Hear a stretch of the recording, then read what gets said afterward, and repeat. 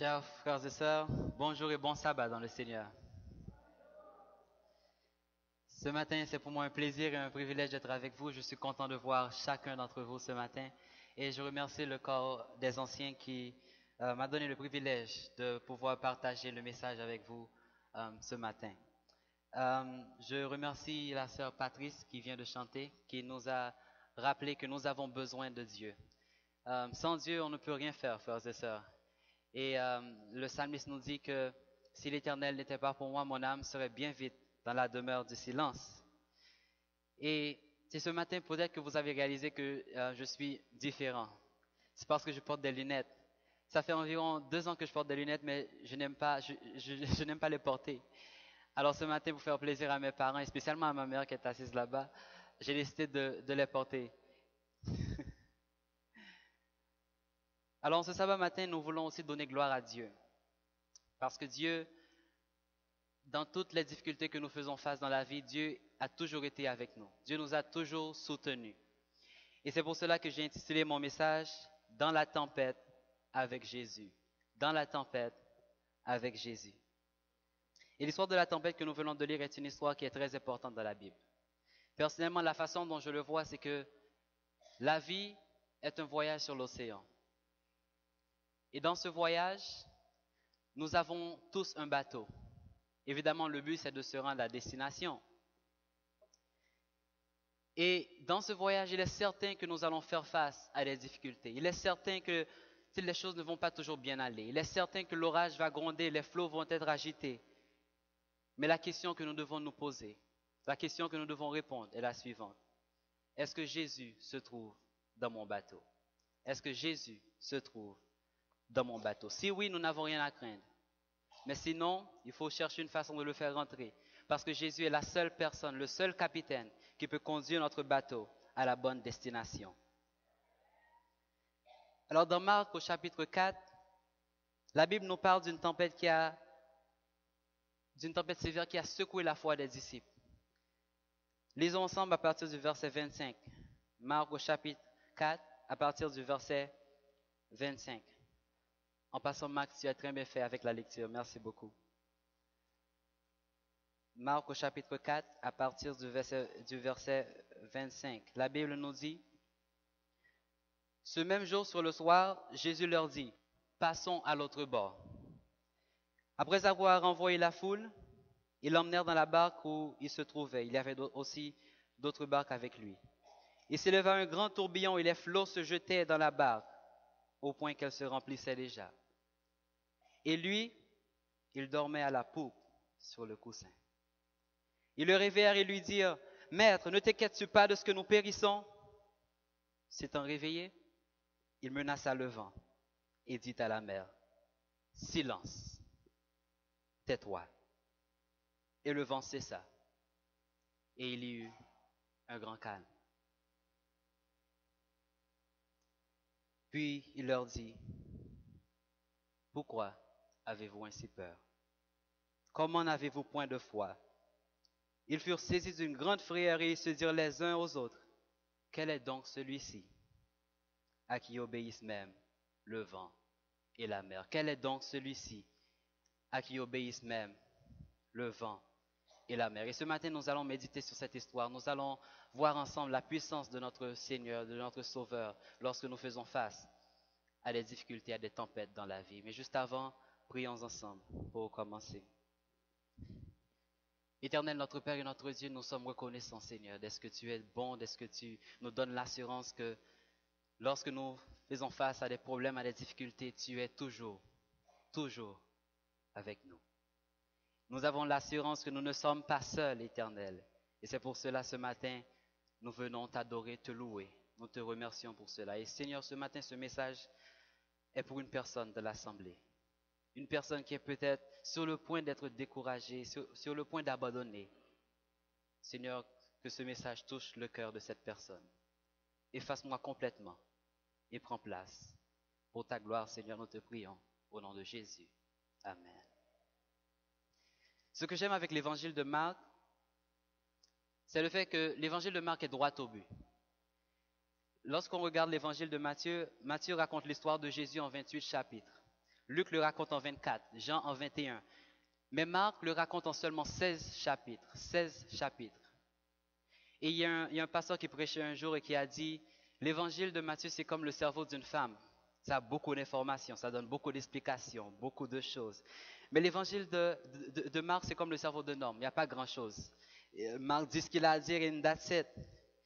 Mais cela peut aussi être un désavantage lorsque Marc ne nous donne pas beaucoup d'informations. Mais la beauté de l'évangile, c'est que l'évangile se complète. Ce que Matthieu ne dit pas, Luc va le dire. Ce que Luc ne dit pas, Jean va le dire. Et il y a une unité parfaite. Alors dans l'évangile de Marc, Marc nous peint une excellente image de Jésus. Jésus est présenté en tant que celui qui a du pouvoir sur les commandements, sur la maladie, sur la mort et même sur la nature. Dans cette histoire, Jésus avait passé toute la journée à prêcher en utilisant de nombreuses paraboles, à guérir des malades, à chasser des démons, à visiter des personnes et il devint épuisé. Il fut très fatigué. Puis il dit à ses disciples, passons à l'autre bord. Et l'évangile de Matthieu nous donne un peu plus d'explications en nous disant que Jésus vit une grande foule autour de lui et il ordonna aux disciples de passer à l'autre bord. Et la sœur White ajoute que les insinuations malicieuses et les calomnies dont les pharisiens le poursuivaient rendaient son labeur plus fatigant. Alors ce qui se passait, c'est que Jésus prêchait, Jésus parlait, les pharisiens étaient dans la foule. Mais tout ce que Jésus enseignait, les pharisiens trouvaient une façon pour le contrecarrer, pour ne pas écouter le message, pour rejeter le message. Alors cela rendait le travail de Jésus un peu fatigant. Alors Jésus dit à ses disciples, passons à l'autre bord. Et encore dans l'évangile de Matthieu, un scribe dit à Jésus par la suite, Maître, je te suivrai partout, je te suivrai partout. Jésus lui répondit, les renards ont des tanières et les oiseaux du ciel ont des nids, mais le Fils de l'homme n'a pas où reposer sa tête. Un de ses disciples lui dit par la suite, Seigneur, permets-moi d'aller d'abord ensevelir mon Père. Et Jésus lui répondit, suis-moi, laisse les morts ensevelir leurs morts. Puis, il est monté dans la barque avec ses disciples. Et Jésus a commencé à dormir. Vous voyez, le ministère de Jésus, ce n'était pas un ministère facile. Le ministère de Jésus était vraiment fatigant. Je ne sais pas si cela vous arrive parfois lorsque vous êtes tellement fatigué que vous ne pouvez plus fonctionner. Vous savez, lorsque vous êtes fatigué, vous ne pouvez plus rien faire, vous ne pouvez plus fonctionner. Parfois, les matins, quand je m'assois en salle de classe à l'université, j'essaie de suivre un cours. J'essaie de suivre, je fais de mon possible pour suivre le cours, mais ma tête tombe toujours. Je n'arrive pas à suivre le cours et ma tête, si je donne des cours de tête. Mais puis aussi, ça m'arrive aussi lorsque je rentre ici à Ottawa et dans la même semaine que je dois partir, c'est dans cette même semaine qu'il y a des examens. Alors, je dois nettoyer ma chambre, rencontrer des conseillers, parler avec des personnes et je dois étudier pour les examens. Et parfois, je n'ai pas le temps de dormir. Et lorsque finalement je rentre dans l'avion, et en passant, je dois faire attention pour ne pas rater l'avion, parce que si je rate l'avion, mes parents vont me laisser en Alberta. Fait que quand je prends l'avion, je suis content, et puis je finis par m'endormir. Je m'endors comme un bébé.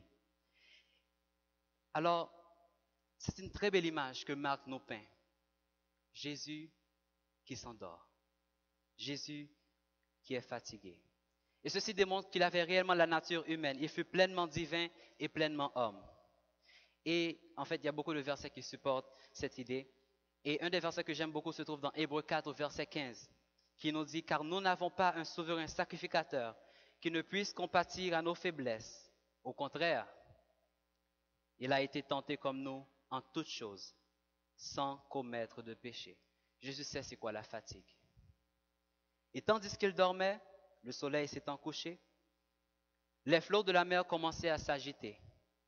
Le vent commençait à souffler et le tonnerre grondait. Et ce qui est intéressant, c'est que les disciples ont passé toute leur vie sur la mer de Galilée. Ils ont déjà fait face à de nombreuses tempêtes. Mais cette tempête était bien différente. Et une chose que vous devez savoir au sujet du lac de Galilée, c'est un petit lac de 21 km de longueur, 13 km de largeur et environ 40 à 45 mètres de profondeur. Alors, le lac est entouré par de grandes montagnes d'une haute élévation. Maintenant, ce qui arrive, c'est qu'à cause de la haute élévation des montagnes, il y a toujours de l'air frais qui entoure ces montagnes. Maintenant, l'eau qui se trouve au milieu, lorsque l'eau s'évapore, la vapeur monte, l'air froid descend avec force en forme de vent pour remplacer la vapeur qui monte. Maintenant, il commence à avoir une motion dans l'eau, l'eau commence à être agitée. Et la Bible nous dit qu'il s'éleva un grand tourbillon et il y avait maintenant de l'eau dans la barque. L'eau n'était plus à sa place, l'eau était rendue dans le bateau. Ce qui veut dire que le bateau était sur le point de s'effondrer. Maintenant, remarquez une chose, frères et sœurs. Jésus prêchait, il devint fatigué, puis il dit à ses disciples, passons à l'autre bord. Et ceux qui l'ont suivi ont fait face à la tempête. Ceux qui ont suivi Jésus ont fait face à la tempête. Comprenez bien, ceux qui ont suivi Jésus ont fait face à la tempête. La foule, elle est restée dans un endroit sécuritaire et regardait peut-être de loin la tempête qui s'abattait sur le lac. Mais les disciples ont tous fait face à la tempête. Sommes-nous des disciples de Jésus? Si nous sommes des disciples de Jésus, c'est certain que nous ferons face à des tempêtes. Parce que suivre Jésus, c'est risquer la tempête. Suivre Jésus, c'est risquer la tempête. Et pas seulement la tempête, mais des tempêtes. Jésus ne nous promet pas une vie facile. Il ne nous a jamais dit que la vie serait toujours en rose. C'est toujours après notre décision de le suivre que les choses deviennent compliquées. C'est toujours après notre décision de le suivre que le struggle devient real. Et prenons l'exemple des disciples. Savez-vous comment ils sont tous morts? Ils ont tous été des martyrs. Jacques fut décapité, Pierre crucifié, la tête en bas, Thomas transpercé par une lance, et ça continue. Et il n'y a que Jean qui est mort paisiblement. Mais bien avant sa mort, il fut jeté dans une marmite d'huile bouillante. Et lorsqu'il était encore en vie, ils l'ont exilé à l'île de Patmos. Et puis là, on le faisait travailler comme un esclave, il dormait par terre. C'était très dur pour lui.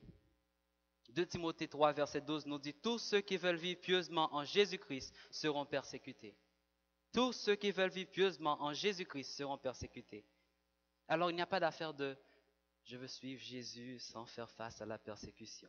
Il n'y a pas d'affaire de « je veux suivre Jésus sans faire face à la tempête et aux temps difficiles ». Si tu te dis chrétien et que tu ne fais pas face à des persécutions de l'ennemi,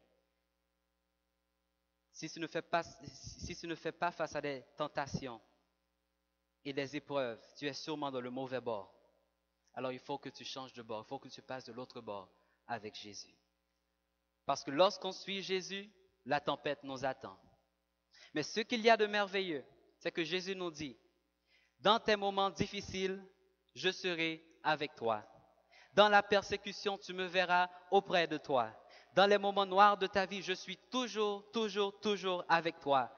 C'est la raison pour laquelle, même si les choses ne vont pas bien, à chaque samedi, on est bien habillé pour venir à l'église et chanter « Quel ami fidèle et tendre nous avons en Jésus-Christ ». Quand les choses semblent hors de contrôle, nous avons la force de chanter « Non, jamais tout seul, Jésus mon sauveur me garde, jamais ne me laisse seul ». Et même quand les tempêtes frappent l'église, nous nous unissons pour chanter « Quel grand secours d'être toujours sous l'œil du Dieu suprême ». Ne craignons rien, notre soutien, c'est l'Éternel lui-même. Bien-aimés, laissez-moi vous dire une chose. Le christianisme, c'est la seule religion dans le monde où le Dieu créateur souffre avec ses créatures, où le Dieu créateur est avec nous dans la souffrance. Il est avec nous dans la fosse au lion, avec nous dans la fournaise, avec nous dans la tempête, et il est avec nous sur la terre. Jésus comprend ce qui te tracasse, il comprend ce qui nous tracasse, il comprend ce qui nous blesse. Il y a un capitaine américain qui donnait des conseils de sécurité sur un site internet en cas de tempête, et il dit ceci. Quand vous vous retrouvez dans une tempête, restez, couchez-vous dans le bateau, ne paniquez pas. Il dit, quand vous vous retrouvez dans une tempête, restez et couchez-vous dans le bateau, ne paniquez pas. Et je me suis dit, mais c'est vrai, s'il y a une tempête et je sors du bateau, je vais dans l'eau, je risque de me faire électrocuter à cause des éclairs. Alors c'est la même chose pour l'église. Quitter l'église, c'est toujours plus dangereux lorsqu'il y a des problèmes. Et il faut savoir que les situations difficiles sont des tests qui nous aident à grandir spirituellement. Jésus veut que ses enfants puissent avoir confiance en lui au milieu de la tempête, lorsque la maladie frappe, lorsque tu as des problèmes financiers, lorsque les membres d'église te repoussent, lorsque les dirigeants n'ont pas confiance en toi et que tout semble aller mal. Jésus comprend. D'ailleurs, les membres de son église ne l'aimaient pas. Les pharisiens cherchaient à le tuer, ses amis l'ont trahi et les Romains l'ont fait souffrir. Maintenant, parce que Jésus te comprend, il veut que tu lui laisses conduire ton bateau. Dieu n'est pas intéressé dans ton confort, il est intéressé dans ta croissance spirituelle. Dieu n'est pas intéressé dans ton confort, il est intéressé dans ta croissance spirituelle et dans ton apprentissage à faire confiance à Jésus. Alors la tempête faisait rage. Le bateau était déjà rempli au point de s'effondrer. Et ce que j'imagine dans ma tête, c'est qu'à un moment donné, lorsque les disciples ont remarqué qu'il y avait de l'eau dans la barque, ils ont tout essayé pour retirer l'eau. Ici, il y a des disciples qui prenaient peut-être un pot pour retirer l'eau dans le bateau. Il y a d'autres qui prenaient des rames pour ramer. D'autres descendaient les voiles pour stabiliser le bateau. Ils ont tout fait par eux-mêmes, mais ils ont réalisé que ça ne marchait pas. Ils ont complètement oublié que Jésus était avec eux dans le bateau. Et lorsqu'ils ont finalement réalisé que la situation s'empirait et qu'ils ne pouvaient rien faire par leur propre pouvoir, la sœur White nous dit que tout à coup, un éclair perça l'obscurité et ils ont aperçu Jésus paisiblement endormi. Paisiblement endormi. Je me rappelle, pasteur Roger prêchait une fois et il a dit, pour dormir dans la tempête, il faut vraiment avoir l'esprit en paix. Et c'est vrai. Pour dormir dans la tempête, il faut vraiment avoir l'esprit en paix. Combien de fois cela nous arrive, frères et sœurs, lorsque nous faisons face à des difficultés, à des problèmes? Nous essayons de tout résoudre par notre propre force. Nous essayons tout de résoudre par nous-mêmes. Nous essayons de tout contrôler et nous oublions que Jésus a le pouvoir sur nos difficultés. Nous oublions que Jésus est avec nous dans la tempête. Nous faisons souvent appel à Jésus à la dernière minute. Mais Jésus, dans sa grâce, dans sa tendresse et dans son amour, il ne manque jamais de nous accorder l'aide que nous avons besoin. Ce que j'aime avec cette histoire, c'est que tout allait mal. Tout allait mal. Jésus, lui, il dormait paisiblement, comme si de rien n'était. Il y a des gens qui disent que Jésus ne dormait pas réellement. Il y a des gens qui disent qu'il contrôlait la situation divinement. Moi, je ne crois pas en ceci. Je crois que Jésus dormait. La sœur White dit dans le livre Jésus-Christ au chapitre 35, Jésus jouissait d'une paix parfaite quand il fut réveillé. Quand il fut réveillé au milieu de la tempête. Sa parole et son regard ne manifestaient aucune trace de crainte, car son cœur ignorait la peur. Écoutez ceci. Cependant, il ne se confiait pas en sa puissance souveraine. Cependant, il ne se confiait pas en sa puissance souveraine. Ce n'est pas en qualité de maître de la terre, de la mer, ni du ciel qu'il se reposait si tranquillement. Car cette puissance, il s'en était dépouillé. Et lui-même déclare, je ne peux rien faire par moi-même. Il se confiait en la puissance de son Père. Il se reposait sur la foi, en l'amour de Dieu et en ses soins.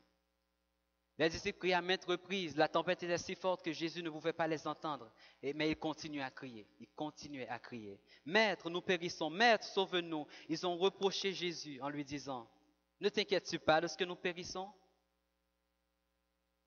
Maintenant, ce que j'ai fait, j'ai comparé la version grecque de Matthieu, de Marc et de Luc. Et je trouve que c'est très intéressant. Matthieu utilise le mot Kyrie ou Kurios, qui veut dire Seigneur. Seigneur, Kurios, Seigneur. Alors, Seigneur, sauve-nous. Marc utilise le mot didaskalos, qui veut dire teacher, enseignant, maître. Et Luc utilise le mot epistates, qui veut dire commandant, celui qui commande, celui qui agit en faveur des autres. Alors, j'ai mis tout cela ensemble et j'ai conclu que lorsque nous faisons face à des tempêtes, il y a seulement notre Seigneur Jésus-Christ qui est souverain sur tous nos problèmes qui peut nous aider. C'est lui seul qui peut nous enseigner, qui est notre didaskalos, pour nous enseigner des choses au moment noir de notre vie. Et il est notre epistates, il est notre commandant qui agit en notre faveur. Dieu nous laisse faire parfois face à des situations difficiles qui sont trop lourdes pour nous, pour que nous puissions venir à lui. Dans le simple but de nous apprendre à lui faire confiance et à toujours faire appel à lui quand la tempête fait rage. C'est une leçon de foi qu'il veut nous donner. Et tandis que ces pécheurs ont fait appel à Jésus sans arrêt, Jésus s'était réveillé et il étendit sa main. Cette main de miséricorde, cette main qui a guéri des malades, cette main qui a tout créé, cette main qui a donné la vie aux aveugles. Jésus étendit cette main. Et il dit au vent et à la mer, silence, apaise-toi. Silence, apaise-toi. Bien-aimé, lorsqu'on est dans la tempête avec Jésus, on est témoin de sa puissance. On est témoin de sa grandeur. On sait ce qu'il peut faire. Et la Bible nous dit qu'il y a eu un grand calme. Un grand calme. Le vent s'était apaisé, les vagues se sont calmées, les nuages se sont dissipés et les étoiles recommençaient à briller. Il y a eu un grand calme. Et Jésus leur dit, pourquoi avez-vous peur? Comment n'avez-vous point de foi? Frères et sœurs, parfois la tempête nous fait perdre vision de la puissance de Dieu. La tempête, parfois, elle nous fait perdre vision de la puissance de notre Dieu. La tempête, elle nous aveugle parfois comme les disciples. Ils marchaient avec Jésus, mais au moment de la tempête, ils ont perdu la foi. Ellen White dit, sur terre ou sur mer, nous ne devons rien redouter si nous avons le Sauveur avec nous. Une foi vivante au Rédempteur calmera la mer de la vie et nous délivrera du danger par les moyens qu'il jugera les meilleurs. Le dernier verset nous dit, ils furent saisis d'une grande frayeur. Et ils dirent les uns aux autres, quel est celui-ci à qui obéissent même le vent et la mer? Et lorsque j'ai lu ce verset, je me suis dit, mais comment se fait-il qu'ils furent saisis d'une grande frayeur? Alors j'ai fini par comprendre que c'était la première fois qu'ils ont fait une expérience personnelle avec Jésus. C'est vrai, ils ont vu Jésus guérir des malades, ils ont vu Jésus prêcher, Jésus donner la vue aux aveugles. Mais dans cette situation, dans leur situation, c'était une situation de vie ou de mort.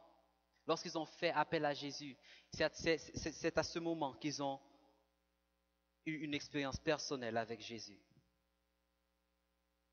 Et ils se sont dit, mais qui est celui-ci qui est celui-ci à qui obéissent même le vent et la mer? Qui? Frères et sœurs, parfois nous limitons Jésus. C'est des fois je me dis, je sais que Jésus peut faire ci, je sais que Jésus peut guérir des malades, chasser des démons, mais peut-il vraiment m'aider avec ce problème? Peut-il vraiment m'aider avec ces difficultés? Et peut-être, et c'est la même chose que les disciples se disaient. Les disciples se disaient la même chose. Il est bon à chasser des démons, à guérir des malades, à convaincre des gens, à parler en public. Mais peut-il vraiment arrêter cette tempête? Et après tout, c'est un charpentier. Qu'est-ce qu'un charpentier connaît au sujet des tempêtes? Mais ils ont réalisé que Jésus était tout-puissant. Saisis d'étonnement, ils ont dit, quel est celui-ci à qui obéissent même la mer et le vent? Et c'est au pied de la croix dans Marc 15 que le centenier qui a percé Jésus a répondu à cette question en disant, assurément cet homme était fils de Dieu. Cet homme était fils de Dieu. Voici la personne, frères et sœurs, que je vous présente en ce matin. Son nom est Jésus, le Seigneur des seigneurs, le Maître des maîtres, le commandant des commandants, qui comprend, qui entend et qui peut t'aider dans tes problèmes. Ce matin, tu es assis ici, bien habillé. Regardez comment vous êtes beau et belle. Mais peut-être que tu fais face à une tempête sévère, et ton bateau ne peut plus s'avancer. Ton bateau est sur le point de s'effondrer. Tu es peut-être découragé. Les choses ne vont pas bien. Tu ne sais à qui parler, tu ne sais qui appeler, tu ne sais quoi faire. Tu es au milieu de l'océan, l'orage gronde et les flots sont agités. Pendant des années, tu as essayé d'arrêter cette tempête. Pendant des années, tu as essayé de surmonter cette tentation, de surmonter cette addiction, mais en vain. Peut-être que tu es sur le point de tout abandonner. Et tu te dis dans ta tête que c'est impossible de surmonter cette épreuve, c'est impossible de surmonter cette addiction qui m'enchaîne. Ce matin, je suis ici seulement pour vous rappeler que Jésus comprend tes difficultés. que Jésus est avec toi au milieu de la tempête. Ta situation présente n'est pas ta destination finale. Lorsque tu connais Jésus, il y a toujours de l'espoir. Ta situation présente n'est pas ta destination finale. Quelle que soit la situation à laquelle tu fais face ce matin, sache que tu n'es pas seul. Tu n'es pas seul. Jésus est avec toi dans ton bateau.